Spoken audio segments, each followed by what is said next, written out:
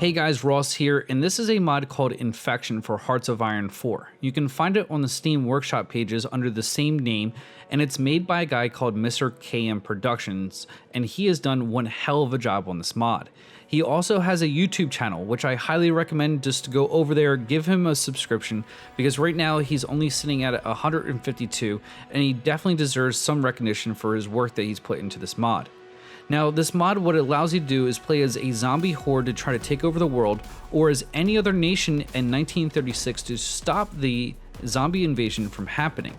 Now, there are some shortfalls. It still has the same national focus tree that you will find for any minor nation, as well as any other nation that is fascist will try to align with you, because you are the only country that has a faction at the start of the game. So you will see countries like Japan or Germany try to offer you troops or try to offer to join your faction. So it's up to you to kind of stay in that immersive world and just keep on denying them. Now, everything else about this game really is the very much same as the stock game. There is still research, you will still need to use factories, you will still need to make weapons and supplies, you will still have peace conferences and take over territory through the peace conference system.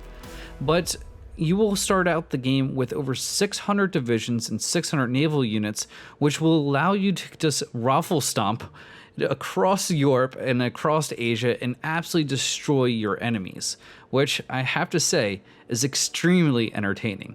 Now, this modder has gone with an idea that's substantially different than any other modders have put out so far. Most modders are going after the World War I aspect or the Cold War, or even one most recent mod. It starts in 2001 or 2016 and extends out to 2015. Now, this mod doesn't have any special technology for the zombies.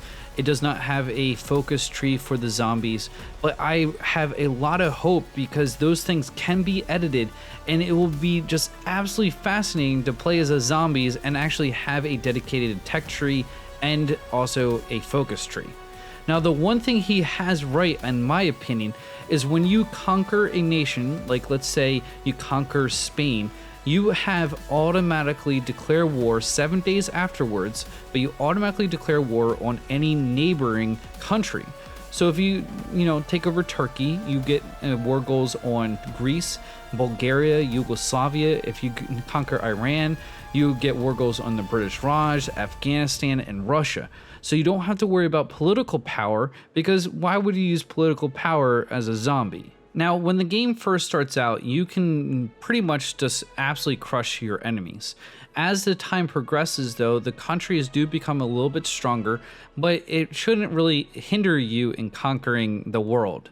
Now, other things, though, that will try to hinder you is, well, logistics still matters, as well as supply, as well as resistance.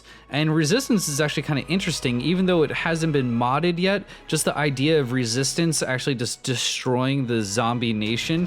I don't know how that would be modded, but it's kind of an awesome premise to just think about in the back of your mind. Now, the zombies start out very strong. They have more research slots, they have more factories, they have a shit ton of manpower, but it seems that the units are a little weak on mountains. Now, I don't know if that's actually designed or if it just matters because you have so many units in such a small area that the attrition just takes place, and well, and we all know about how bad attrition can get for your troops. Other than mountains, your zombie units really don't have any shortfalls. They are basic infantry, as well as a support element of engineers and a support element of artillery, but I actually edited those out just so I can make all factories go for guns, because you do have 600 plus divisions that you need to supply with weapons, and you only have so many factories. So I did edit those out, and then my troops actually started to perform a little bit better, just because it's a lot of supplies to try to get to all your troops. But once they actually get past mountains and on open land, meaning forest or plains like in the northern part of France, they move rapidly and they absolutely wreck your enemies. I have already spent hours playing with this mod, and it is a lot of fun, and I get a lot of enjoyment out of it. So I have to recommend this. And this is the first mod that I'm even doing any videos on, because I have not actually found a mod that actually just, makes me happy when I'm playing it. There are the shortfalls, like being invited to the anti-Comintern Pact from Germany, but that's going to take some time, and that will eventually be solved if he can solve it when he edits the game folders and the files. And those events, I don't know if he can fully edit them, but maybe he can.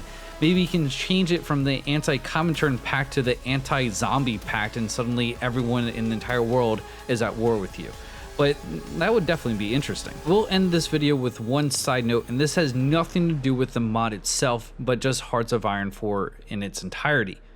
Any game that revolves around world domination will eventually become tedious and boring, and playing as a zombie horde is no different than playing as the British and taking over the world.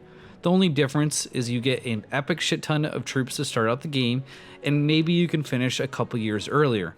With the zombies, you could probably take over the world by the end of 41, where with the British, it would probably take you to 45 or 46. But none of those statements actually have any relevance to the mod itself, because the mod itself is absolutely amazing, and I highly, highly recommend it. If you like this video though, hit that thumbs up. And as always, I'm the Flying Ross, and I'll check you guys next time.